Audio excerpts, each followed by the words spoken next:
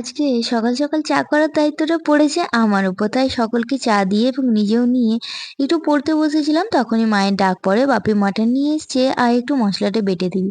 তো আমি মশলাটা বেটে দিলাম। এখানে মায়ের মাটনটা ম্যারিনেশনে দেওয়াও কমপ্লিট। আর ছাদে একটু রোদে বসেছিলাম, তো দেখলাম সবজিগুলো পড়ে আছে। তাই ভাবলাম মায়ের কাজগুলো একটু হাতে হাতে এগিয়ে দিই।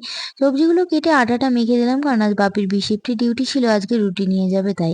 দেখো সামনেই পৌষ সংক্রান্তি, তাই বাপি কত নাড়ু, মোরব্বা, ছোলা, মটর ভাজা, মুড়ি, মুড়কি এসব নিয়ে এসেছে। আর ওদিকে মাংসের গন্ধ আমার নাকে চলে এসেছে।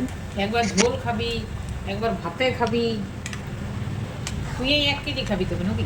আর এরকম আমার মতো একটা মানুষ প্রত্যেক ফ্যামিলিতেই থাকে, যাদের কষা মাংসের ওপর নজর থাকে। আমার অবশ্য মাংসের প্রতি না, মাংসের ঝোলের প্রতি টানটা একটু বেশি। তো তারপর স্নান করে চলে এলাম আর বসে পড়লাম লাঞ্চ করতে। দেখা হচ্ছে, চলো নেক্সট ব্লগে, টাটা।